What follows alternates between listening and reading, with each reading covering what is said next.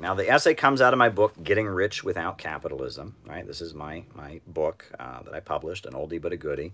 And it's one of my better essays, I think. I mean, I did a lot of research to put this piece together, and it's called Populism, A Forgotten American Tradition, published February 2nd, 2017. So here we go. Donald Trump's ascendancy to the White House involved endless appeals to the people and denunciations of the elite. During an October rally, for example, Trump said, quote, "It's a global power structure that is responsible for the economic decisions that have robbed our working class, stripped our country of its wealth, and put that money into the pockets of a handful of large corporations and political entities." His inauguration speech was laced in similar rhetoric. The establishment protected itself, but not the citizens of the country. Their victories have not been your victories. Their triumphs have not been your triumphs. And while they celebrated in our nation's capital, there was little to celebrate for struggling families all across our land. That changes starting right here and right now, because this moment is your moment. It belongs to you. Populism is defined as political rhetoric championing the common person, the working class, or the disenfranchised. While in the present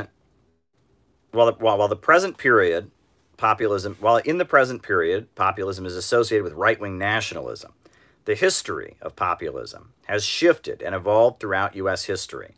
Right-wing populism in the 21st century is just the latest incarnation of quite a diverse trend. "You are a worker," a widely read pamphlet begins. "One nice morning, you are told your services are no longer needed. In plain words, you are fired. You are thrown out. The employer has no more work for you. He cuts operations or shuts his plant altogether. While you remain without a livelihood, he goes to the country estate or abroad to have a good time. And yet, come to think of it, you are not a stranger to this factory or mill or shop. You and the like of you built it. You and the like of you created all the machinery, all the raw material, all the fuel which is necessary to run the industry. It is your blood, your sweat, your muscle, and your brain that is sunk into every piece of goods produced. You have as much a stake in this establishment your whole life. It's yours more than the owner's. It's part of your very self. Has it ever occurred to you that such a state of affairs is wrong?" This isn't from a Donald Trump speech. This isn't from an alt-right rant against globalism.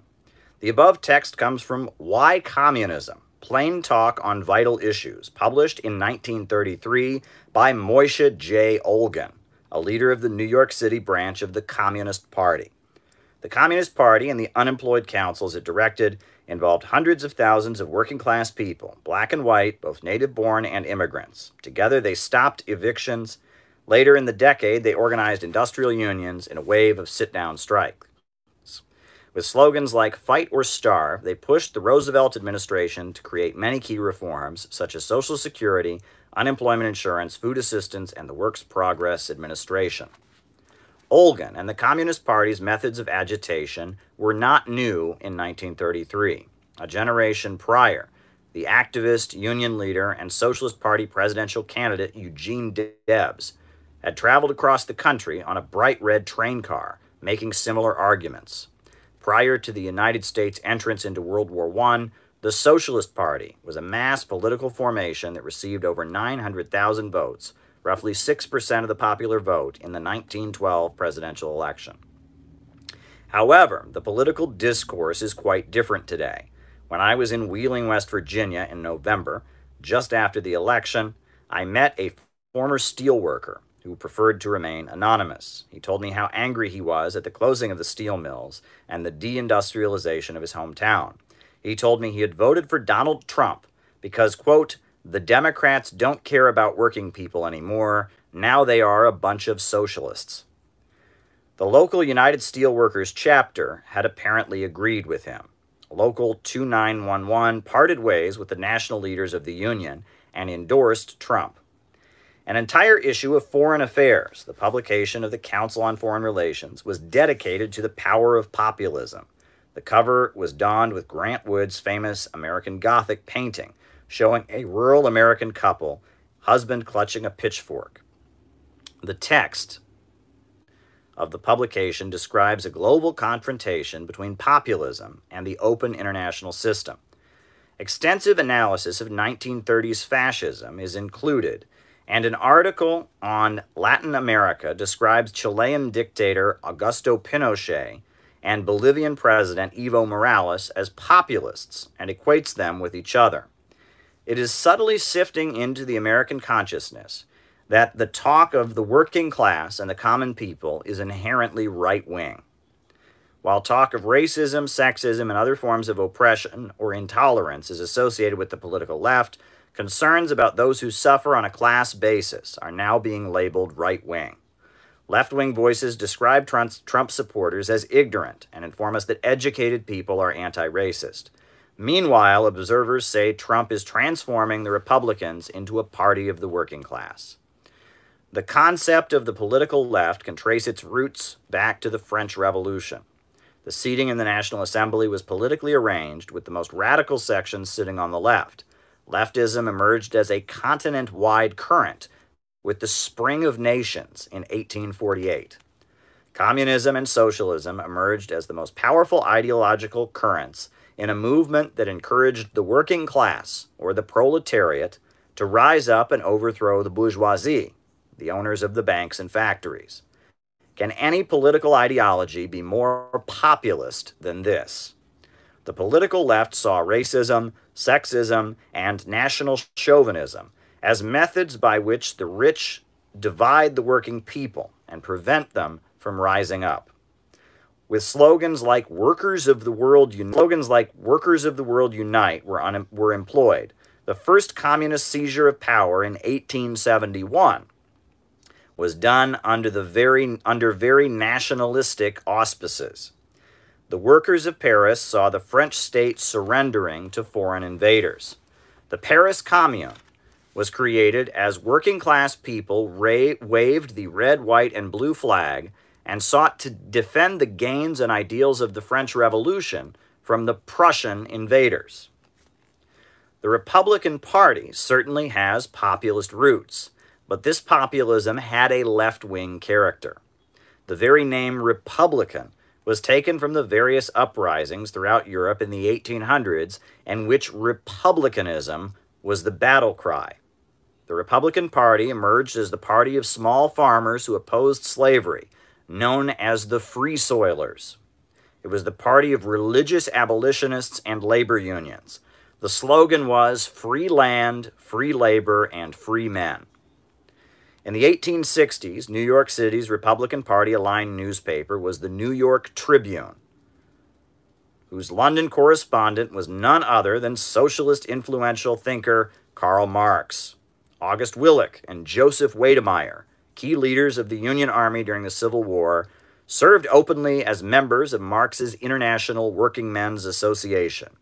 In the 1864 presidential election, the global Marxist movement put its support behind Abraham Lincoln.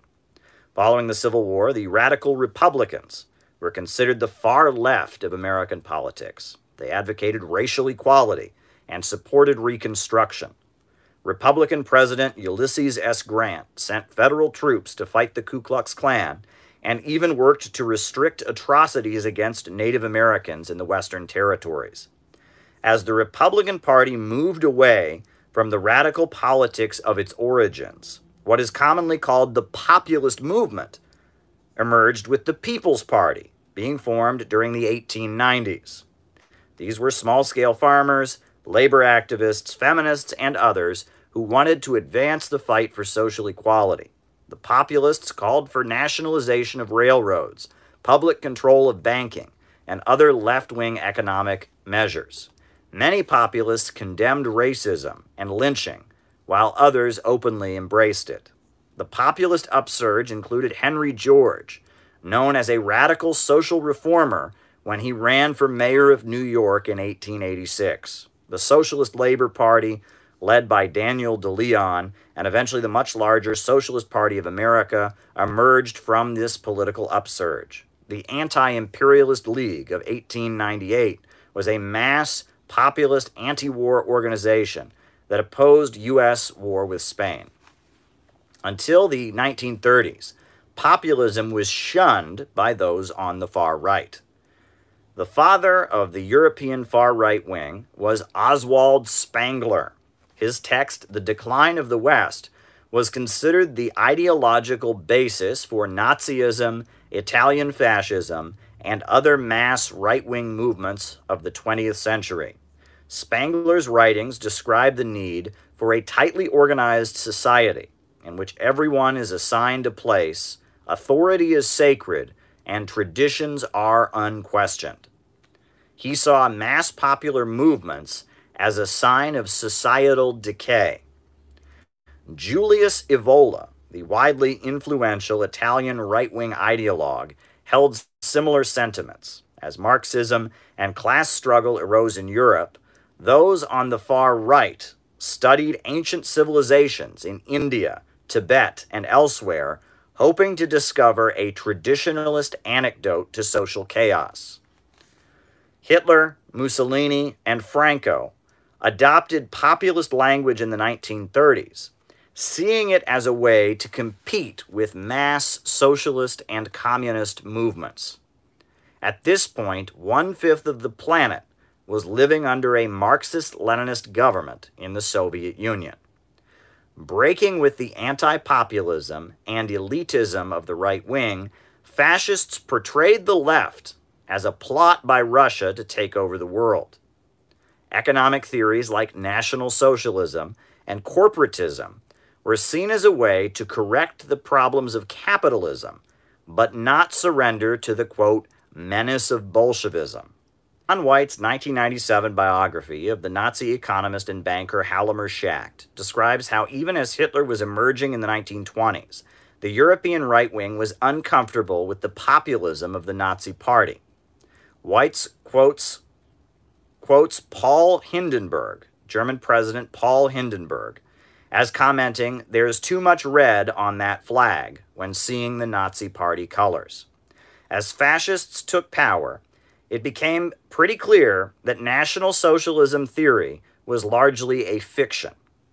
In the famous Night of the Long Knives, Hitler purged the Nazi Party of the more socialistic elements. Figures like Ernst Röhm and Gregor Strasser, who seemed to emphasize the populist rhetoric, were executed. The economic changes brought about by Hitler's revolution, in quotes, involved a lot of military spending, the construction of the Autobahn highways, a refusal to pay back foreign debts, and not much else. The industries were not nationalized, though private corporations like Volkswagen certainly benefited from the free labor of prisoners held in concentration camps. The mass, militant German labor movement was crushed, and workers were forced to join government-controlled unions that were forbidden to go on strike. The bulk of Germany's wealthy capitalist class, families such as the Krupps, I saw it, I wrote it down, Huey Long, I saw it. The bulk of Germany's wealthy capitalist class, families such as the Krupps, Tysons, and Schachts, never had their property confiscated. Private bankers continued to enrich themselves. There was really nothing socialist about National Socialism, aside from some of the pre-1933 rhetoric.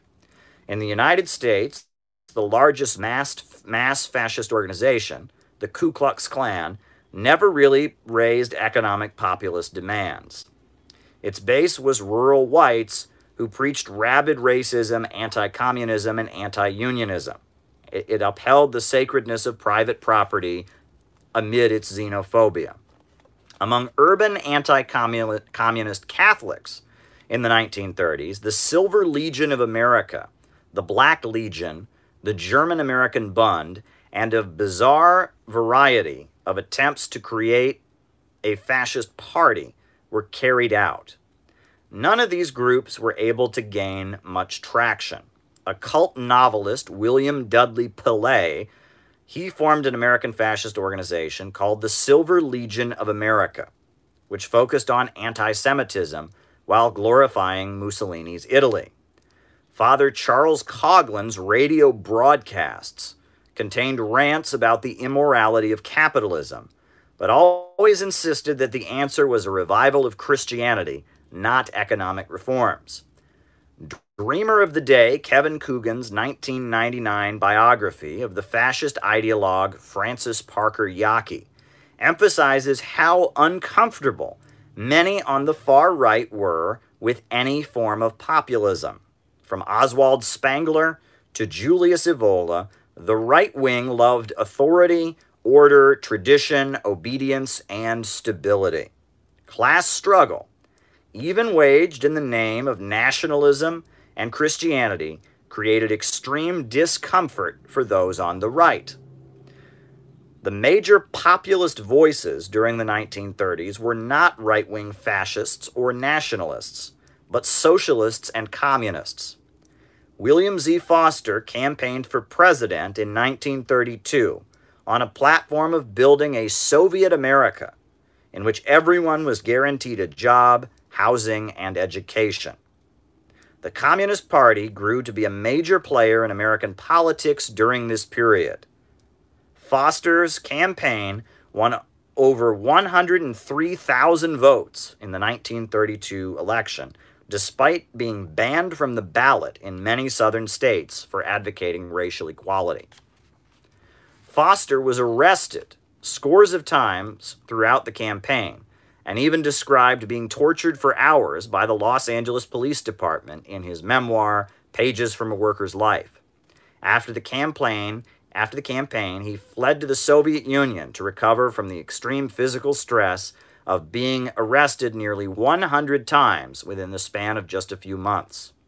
During this time, many well-known figures like Charlie Chaplin, Lillian Hellman, John Steinbeck, Richard Wright, and Paul Robeson joined or worked closely with the massive left-wing populist organization known as the Communist Party. Starting in 1935, communists began emphasizing American patriotism, downplaying the idea that they were agents of Moscow, and arguing that Presidents Lincoln, Jefferson, and Washington might be members of the Communist Party if they were still alive. After World War II, populism became kind of a derogatory term in American discourse. Films like All the King's Men showed appeals to the common man against the elites as a dangerous demagogic ploy. Books like Anthem by Ayn Rand and 1984 by George Orwell glorified the individual and portrayed communism and fascism as being cut from the same cloth, totalitarian mass movements that suppressed individual liberty. Alabama Governor George Wallace, the racist right-wing four-time presidential candidate who appealed to Southern whites as working-class people and opposed the anti-war and civil rights movements, was deemed to be a populist and denounced by the leaders of both parties.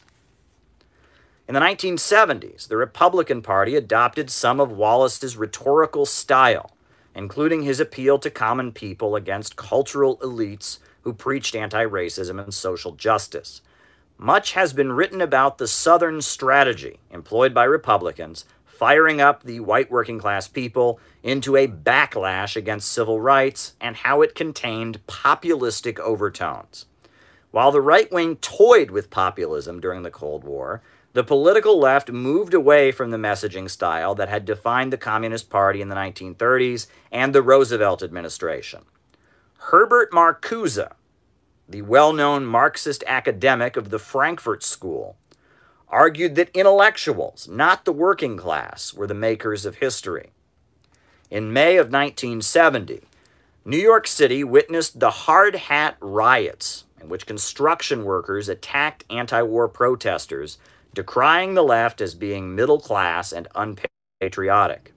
In this atmosphere, the Weatherman faction of Students for a Democratic Society and other new leftists argued that white Americans were inherently right-wing and complicit in the crimes of American imperialism. They sought to organize white middle-class counterculture youth to align with the Black Panthers. One of the anthems of the Weather People songbook, I'm Dreaming of a White Riot, which is actually, it's interesting. It was apparently to the tune of I'm Dreaming of a White Christmas, ends with the couplet, May you learn to struggle and fight, or the world will off you because you're white. Or, if you want to sing it, may you learn to struggle and fight, or else the world will off you because you're white. Anyway, Bing Crosby is turning in his grave. While the Weatherman approach was less academic, works like Jay Sakai's book Settlers, The Mythology of the White Proletariat, and Zach Cope's more recent book, Divided World, Divided Class, put forward the position that white Americans are not workers at all, but exploiters of the third world with no revolutionary potential. During the Cold War, the U.S. left seemed to appeal to a kind of alienation among nonconformists than to actual economic suffering. While certain Marxist-Leninist groups will raise slogans like "Make the rich pay" and "A job is a right," to many leftists even today, anti-capitalism is a synonym for anti-consumerism. Radicals and revolutionaries are those who have figuratively taken the red pill in the 2000 film The Matrix. The solution to the problems of capitalism is socially conscious shopping and ecology, not organizing the working class against the rich and fighting to seize control of the means of production. Senator Bernie Sanders' campaign was a rare moment in recent U.S. history. Sanders, who openly called himself a socialist, was a serious contender for the presidency. He spoke against the billionaire class and called for a political revolution by the common people, not against gay marriage or flag burning, but against government policies that favor the ultra-rich. Oddly, articles in U.S. media compared Bernie Sanders to Eugene Debs. While both had a left-wing populist appeal, Debs called for an entirely new economic system in which the economy was centrally planned. Sanders merely called for free college and education and universal health care, paid for with corporate and capital gains taxes.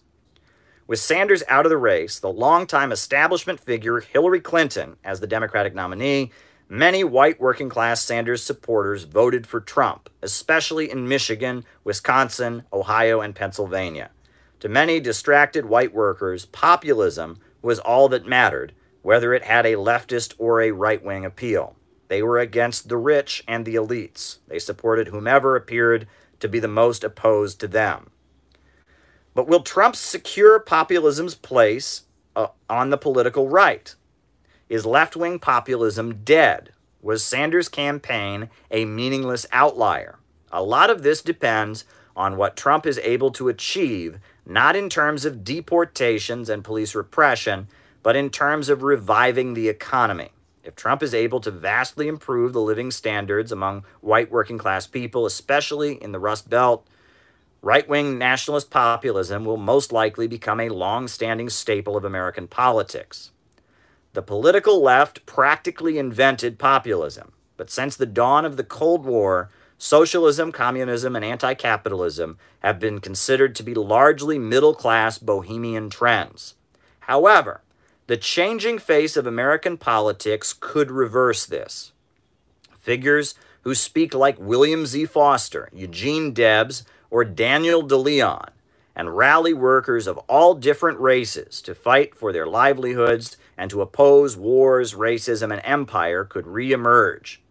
The future character of populism in America is quite unclear, but the next 4 years are likely to be quite definitive for it. That was my essay published in 2017, February of 2017, just after Trump was elected. The Forgotten Populism, a Forgotten American Tradition. And it's published in my book, Getting Rich Without Capitalism. One of my most important essays. I've read it on lives before. I felt like reading it once again.